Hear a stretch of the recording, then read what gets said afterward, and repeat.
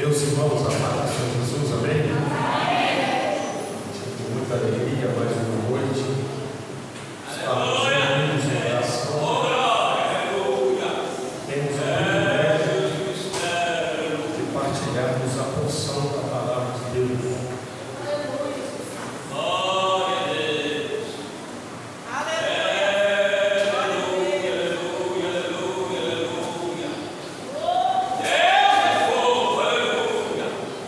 Bênção do nosso pastor presidente.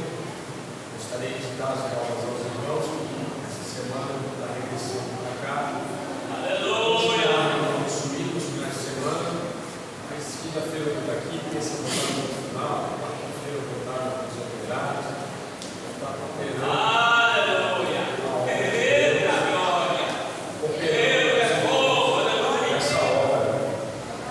Na semana passada, Deus o Senhor e a inspiração de falar a igreja, de fechar sobre a igreja de Corinto. Aleluia! Como é uma carta mais extensa, acabou só para introduzir. Eu acredito que hoje também não vai dar para terminar, mas sempre que for conferida a oportunidade, a gente vai retomar de onde parou e o nome de Deus vai ser glorificado. Eu sempre trouxe o exemplar da Bíblia, quero externar minha gratidão ao pastor presidente. Eu fiz a convocação. Dizendo que eu desse continuidade ao assunto. Se tem uma coisa que eu gosto de fazer, irmãos, na obra de Deus, é ensinar a palavra de Deus. Eu não ensino como alguém superior. Eu ensino como alguém com sentimento sublime de entendendo a responsabilidade de estar edificando a igreja nos rudimentos da palavra do Senhor Jesus. Quero externar ainda minha gratidão ao vice-presidente Paulo Valadares.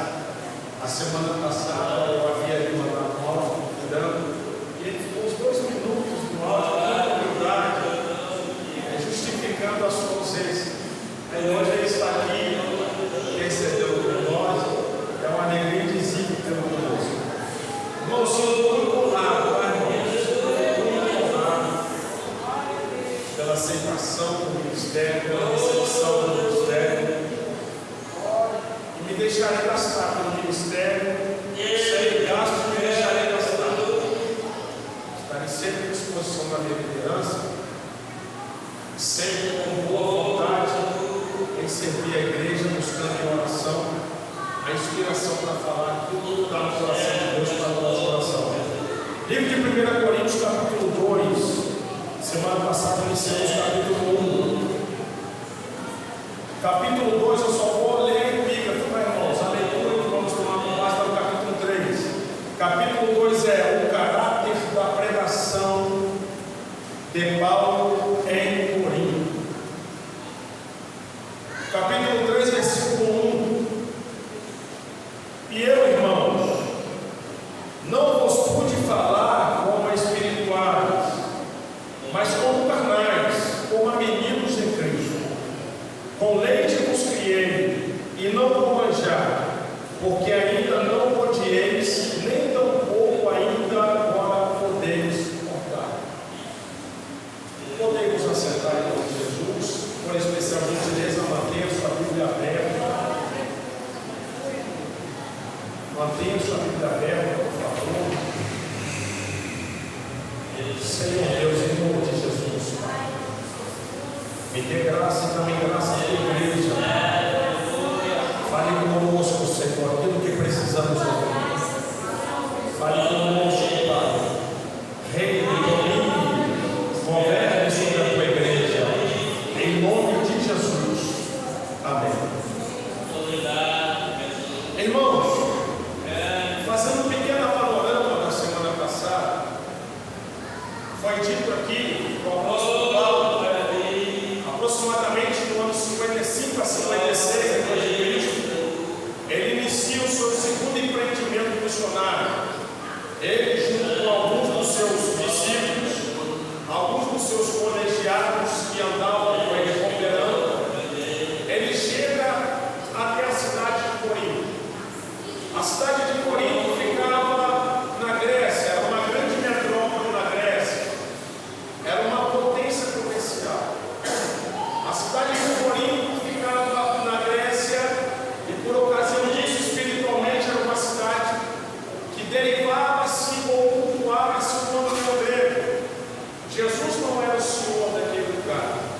senhor daquele lugar a Zeus, juntamente com todo o panteão grego que eles acreditavam e que eles cultuavam.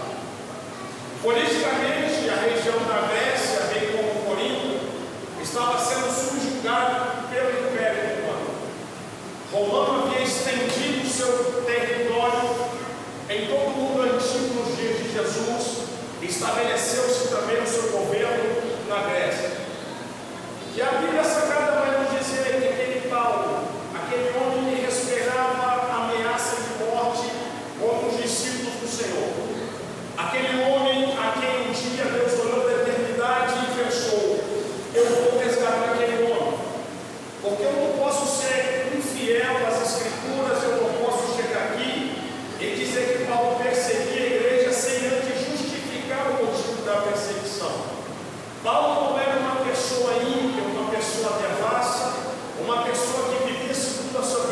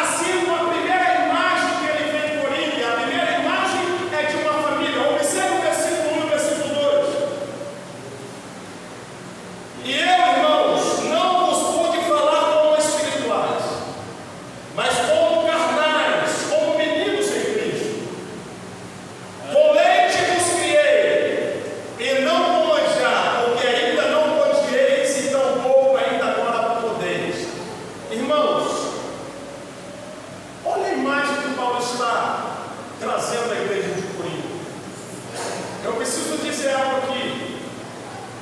É toda a igreja de Corinto carnal? É toda a igreja de Corinto menina? De espécie nenhuma. Capítulo 1, versículo 7, ele vai dizer, pastor Paulo, bem assim: de maneira que nenhum dom nos falta. Tem muita gente espiritual em Corinto, mas a profecia de Deus, ela vai de encontro àquele que necessita, não é para todos. Sabemos ouvir a voz do bom pastor, sabemos quando é conosco e também sabemos quando não é. Então ele está dizendo a alguns que haviam na igreja de Corinto que eram carnais. Aí qual a imagem que ele vai trazer? A imagem da família. Por que a família? Quem cria aqui os filhos com outro alimento que não seja leite? Quem, pastor? As irmãs que são mamães, servas de Deus. Quem cria os filhos pequenos com outro alimento que não seja leite? Ele está trazendo uma séria imagem de uma família. E qual é o objetivo da família? Me permita, como pastor Gilson, usar o senhor. Pastor Gilson é casado, tem os seus filhos. E ao longo desses anos, a preocupação do pastor Gilson foi o quê? Eu quero ver os meus filhos maduros, eu quero ver a maturidade da minha família. Por quê? Porque se diabo não alcança a maturidade, Deus ele não sai da sua casa para formar a família dele. Se a irmã Simone não alcança a maturidade, ela ainda está na sua casa. O objetivo de toda a família é alcançar maturidade. Então Paulo ele está olhando a igreja de Corinto e está dizendo: há alguns imaturos no meio de vocês. Aleluia! E qual é o problema disso? É que imaturidade traz comportamento de menino, mas não o conceito de Cristo. Cristo falou que para herdarmos a salvação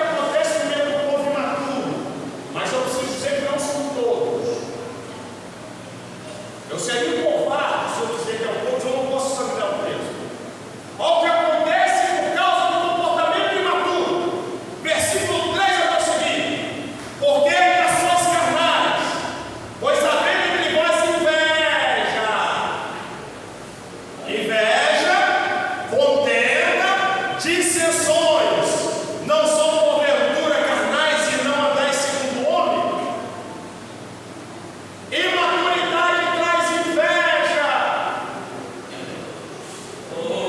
imaturidade traz contenda, imaturidade traz dissensões.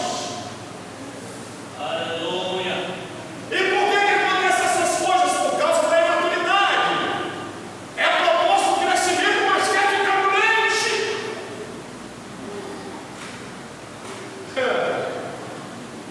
Você acha que Jesus só fala assim, diz o Senhor? Você acha que Jesus não dá inspiração para alguém falar desse jeito, não? Dissensões, inveja, dissensões e contenda, todo lugar também.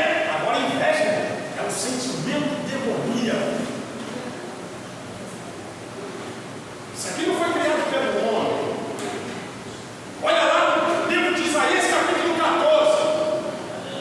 E serei semelhante ao Altíssimo, invejoso. Subirei acima das altas nuvens. Exaltarei meu trono na congregação do lado do norte. Serei semelhante ao Altíssimo. O invejoso não se contentou em se ter alguém protetor. Invejoso. Esse sentimento não tem lugar na igreja de Deus. Aqui não tem esse negócio de um faz mais, um faz menos, um é menos. Não tem esse negócio. Aqui tem cada um entendendo o seu papel e desenvolvendo a sua função. Isso aqui é altar sagrado. Isso aqui é um altar sagrado para fazer a exposição do Evangelho. Isso aqui não é centro de disputa para ver quem faz mais, quem ora mais e quem trabalha mais na obra do Senhor.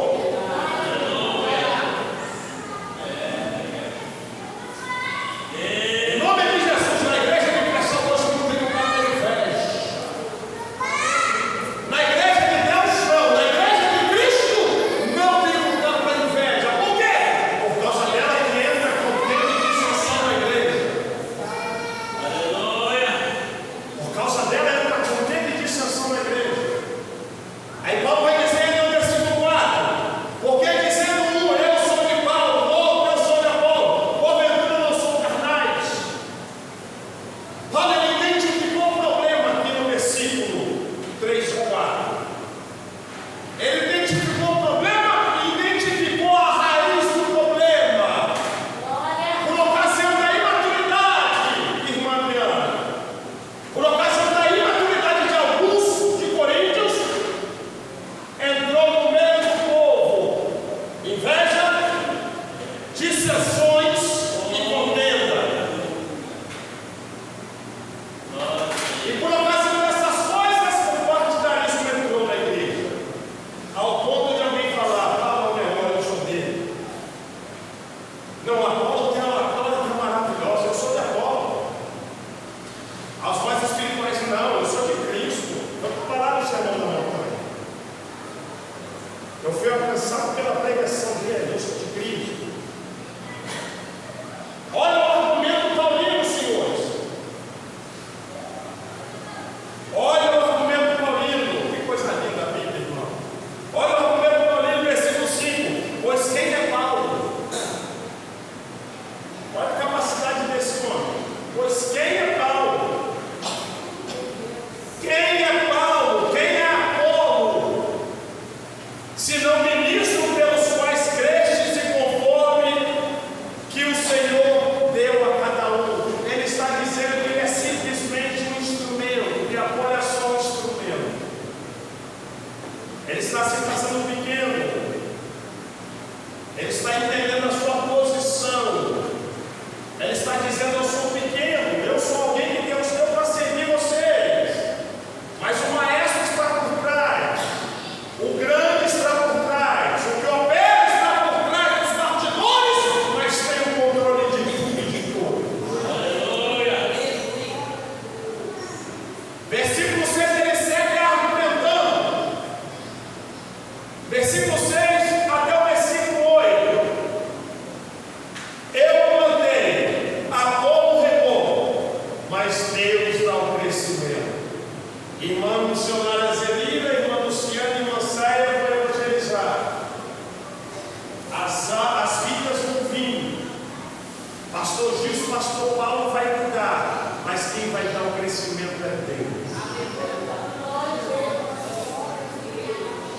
sobre eles vão convidar, as vidas vão vir, eles vão lançar semente, mas quem dá o crescimento é Deus. Deus dá o crescimento. Eu estou envolvido pela palavra de Deus. Estou sentindo uma unção da palavra de Deus. Versículo de número 8. Ora, o que planta e o que rega são um, mas cada um receberá o seu galardão segundo o seu trabalho. Agora ele vai falar conosco a segunda imagem da igreja. A primeira imagem, Senhor, ele trata da igreja de Corinto como uma família. A segunda imagem, versículo 9, porque somos cooperadores de Deus. Vós sois lavoura de Deus e edifício de Deus. Segunda imagem, lavoura. Primeira imagem, família. Segunda imagem, lavoura. Eu nunca trabalhei na roça, não são os 2 meses que eu fiquei lá com o pastor Elias. Mas quem que já trabalhou na roça? Eu vou perguntar qual é a finalidade da lavoura? Qual é a finalidade da plantação? Isso. Todo agricultor, ele deseja a produção. Quanto mais produzir, melhor. Todo dono de terra, pastor, ele quer que a terra produz. Sim ou não? Se o terreno tem capacidade para 10 mil pés de café e poder plantar 12, ele vai querer 12. Se o terreno dá para plantar 1000 pés de alface e ele puder plantar 1.500, ele vai plantar 1.500. Por quê? Porque toda lavoura, todo dono de lavoura, ele quer ter produção. E Paulo está vendo a igreja como lavoura. E a igreja precisa fazer o quê? Produzir.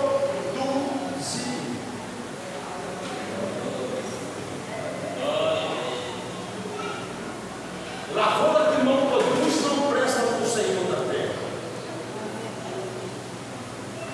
Qual dos senhores aqui vai investir numa terra que não produz? Qual? Você que veio da roça está entendendo melhor o que eu estou falando? Até melhor que é. Quem vai investir numa terra infértil? Não, ninguém investe numa terra infértil. Você vai investir na terra dependendo da qualidade da terra. E Paulo está vendo a igreja aqui como na sua segunda imagem, como uma lavoura, como uma plantação. Vós sois lavoura de Deus. Vós sois lavoura de Deus. Eu me lembro até do sermão de João Batista. João Batista. Preguei aqui uma vez, acho que há uns 2 anos atrás. João Batista é amigo que via mensageiro por causa da aflição do Cássio, lá na VCM. Você é outro que estamos esperando. Aí quando os discípulos de João Batista chegam lá, o mestre mandou perguntar se é o Senhor. Aí Jesus olha para eles: olha aí o cego vendo aí, os aleijados estão andando, o reino de Deus já não sabe. Vai lá levar a notícia lá para o seu líder. Aí quando os discípulos de João Batista saem, Jesus vai escrever assim: na verdade, nascido de mulher, não houve profeta algum maior que João Batista. Aí você olha lá em João capítulo 10, Jesus saiu da festa dos tabernáculos corrido, fugindo. Depois de declarar abertamente: eu sou Cristo, pegaram pedra para matá-lo antes da hora, antes do Calvário, antes do projeto se cumprir. E ele sai. Aí ele vai para onde? No deserto do Jordão, no lugar que João Batista batizara. Aí ele começa a ensinar e alguém vai dizer: na verdade, João não operou sinal algum. Mas tudo que ele disse a respeito de Jesus era verdade. João não operou sinal. Elias fez fogo do céu cair. Moisés andou no meio do mar vermelho. Elias fez muita coisa, conhecido como profeta do fogo. Aí vem Jesus dizendo: nascido de mulher não tem maior que João. Por que essa grandeza?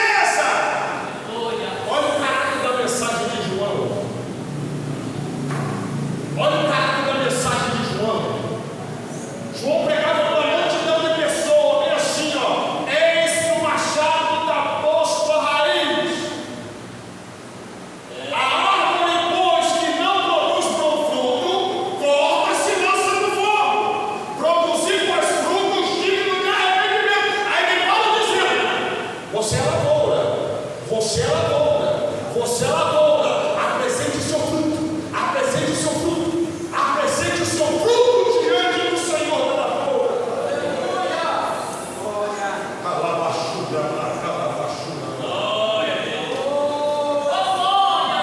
Segunda imagem, somos lavoura de Deus, irmão Paulo, pastor Paulo, pastor Gil, presbítero Vandoru, presbítero Teixeira, somos lavoura de Deus, irmãos do ciclo de oração, obreiros que me ouvem essa noite, somos lavoura de Deus, e o mais interessado que nós produzimos é o Senhor da lavoura, o Senhor da lavoura, o Senhor da lavoura.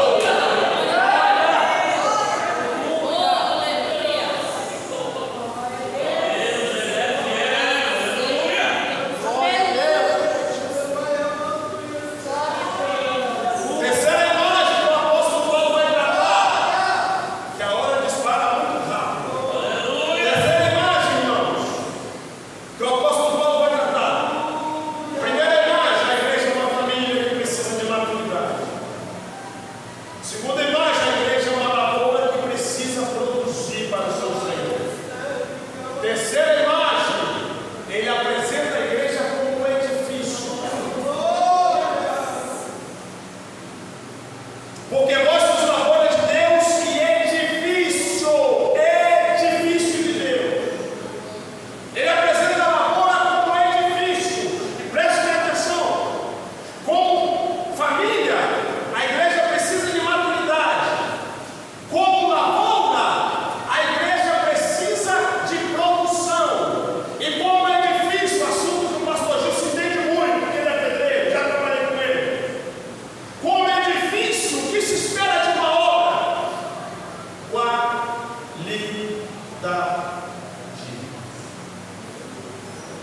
Qualidade. Aleluia! Ele vai trazer agora alguns argumentos nessa terceira imagem da igreja como edifício de Deus.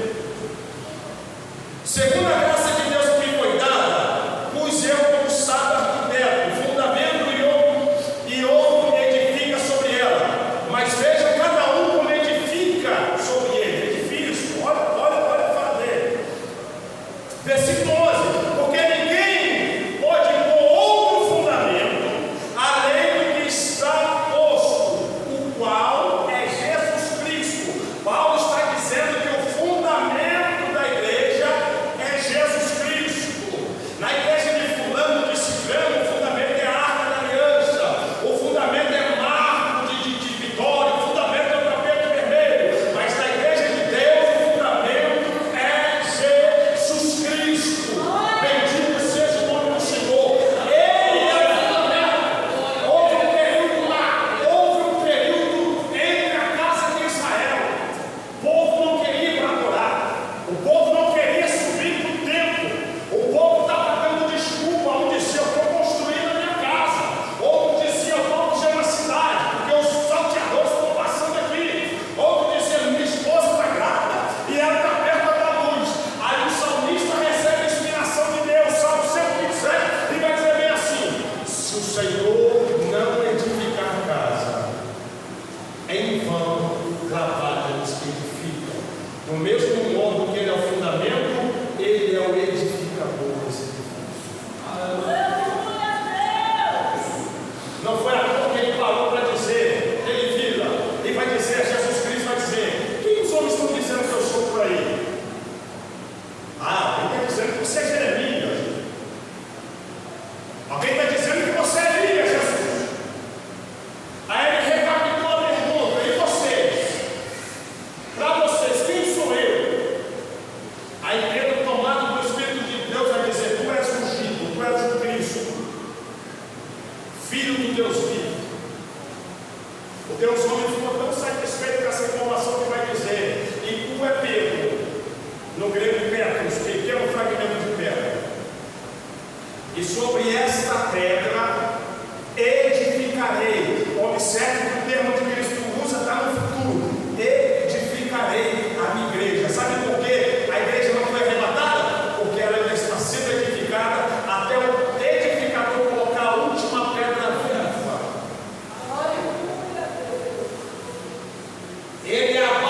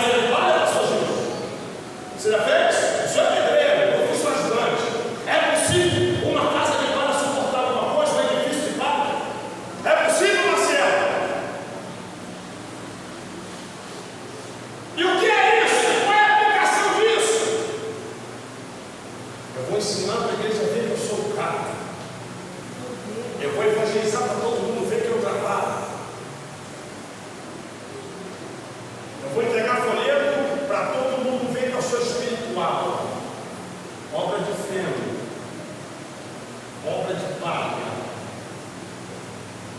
O verdadeiro sentimento que motiva o crente, o verdadeiro sentimento que motiva o crente é: eu vou fazer para Deus manifestar a glória dele. Eu vou levar Cristo a quem precisa. Pode ser que ninguém me veja, mas o dono da obra vai me ver.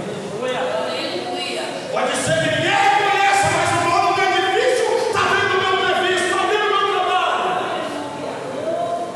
Fazer para ser bajulado, obra de venda. Fazer para tomar tapeira nas costas, obra de madeira. Fazer para ser bajulado, missionária Luciana, obra de palha. Aí eu vou tomar fala de pau aqui. Pau não é nada, pau também não, mas é aquele que dá o crescimento. Jesus de Nazaré. Ele é Deus sobre a igreja. Ele é Deus sobre a igreja. Ele é Deus, Ele é Deus sobre a igreja. A mensagem teocêntrica, cristocêntrica precisa voltar. O ensinamento cristocêntrico precisa apoiar no meio da igreja. Tem alguém que percebe algum desavisado da igreja que percebe assim? Eu já vi. Se eu não fazer, ninguém faz. Depois alguém prega que tem substituição, mas se eu não fazer, ninguém faz como eu faço. É isso que o texto diz. Eu lembro logo de Elias, eu sou espiritual. Eu orei no fogo caído. Eu preguei também no Monte Carmelo, todo para Jesus. Ninguém prega como eu, Senhor. E agora eles querem me matar, mas eu sou tão espiritual que eu fugi para poupar minha vida, porque eu sou cheio de Deus. Aí Deus desce. Você me conhece. Você me conhece mesmo, Elias. Aí desceu fogo. E o Senhor não estava no fogo. Aí o saraiva do céu, vento soprou ao ponto de derrubar os penhascos. Deus não estava no vento. Aí veio uma voz mansa. O que fazes aqui, Elias? Em outras palavras, você não me conhece, Michel? Insubstituível, estrela da alma, super obreiro. Você não é substituível.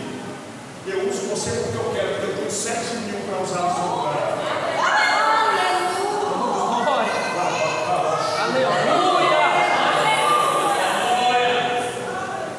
Se eu não quiser, tem 7 mil que faz, pastor Paulo. Se os obreiros aqui não quiserem, tem 7 mil lá fora que faz.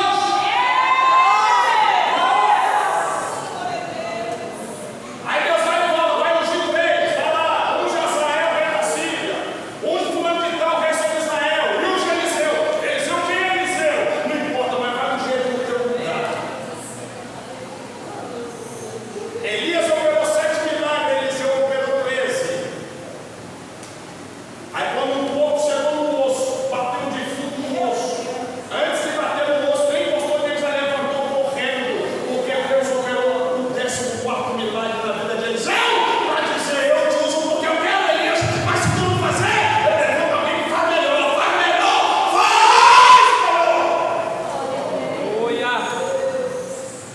Ninguém é substituído na obra de Deus.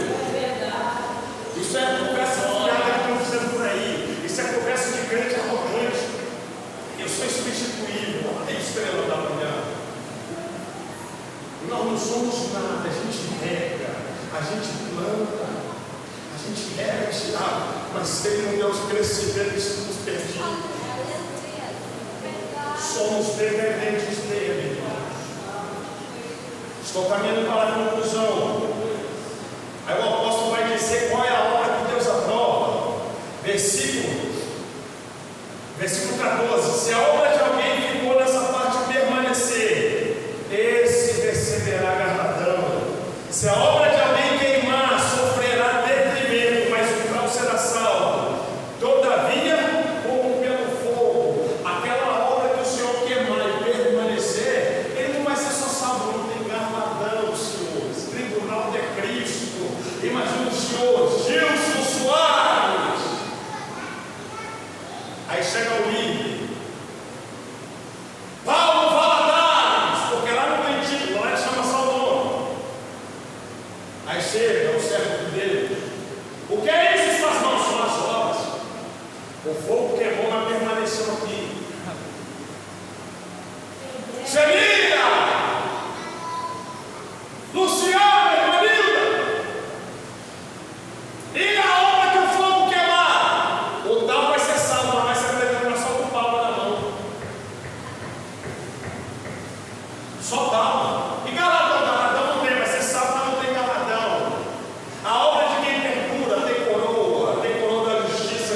preparou para Paulo e para todos que o amam. E a obra daquele que dura vai ser feita com luta no templo de Deus, vai ganhar uma pedra com um novo nome que ninguém conhece, é só ele e quem deu.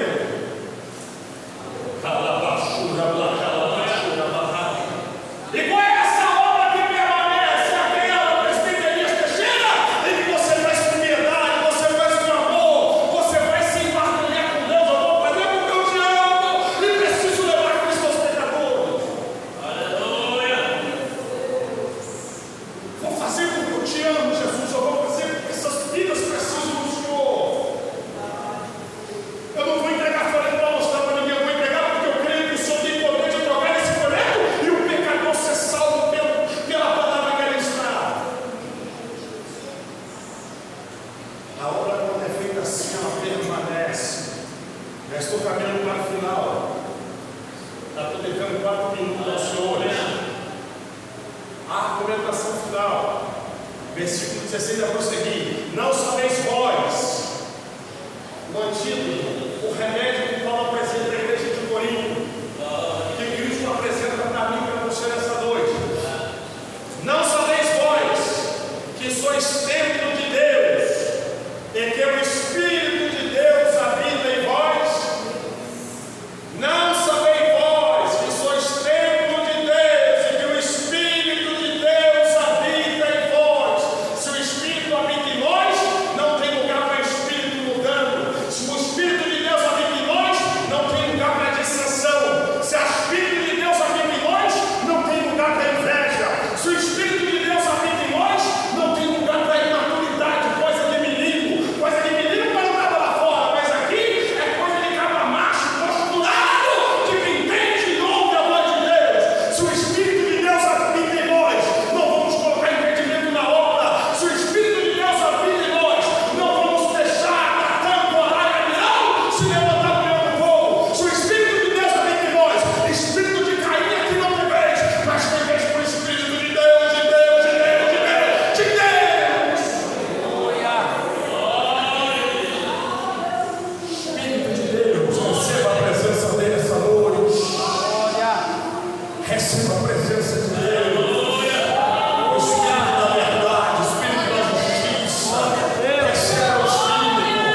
Jesus, ele disse: eu vou para o Pai, mas não nos deixarei órfãos. Eu rogarei ao Pai que nos mande outro Consolador. Você é templo do Espírito, então receba o Espírito de Deus. Se coloca sobre os nossos pés em nome de Jesus, eu quero terminar esse texto.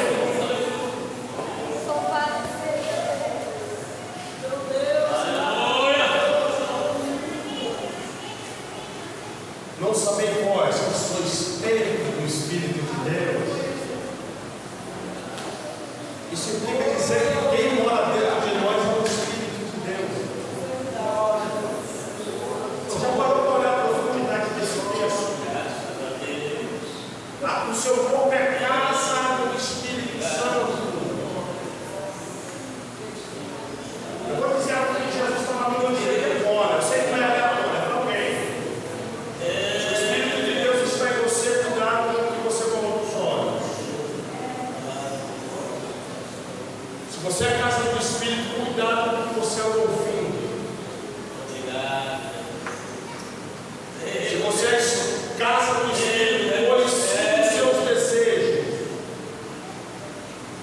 Ah, por quê? Porque o Espírito de Deus é santo. E importa que a sua morada seja santa.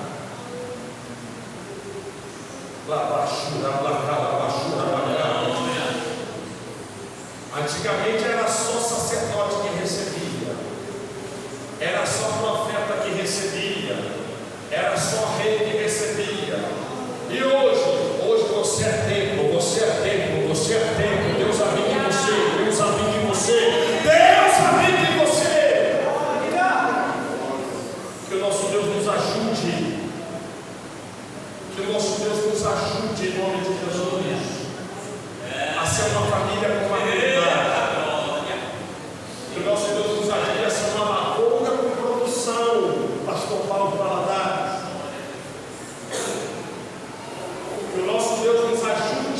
a ser um edifício com pedras que suportem o fogo naquele dia. Que o nosso Deus nos ajude. Eu agradeço a minha oportunidade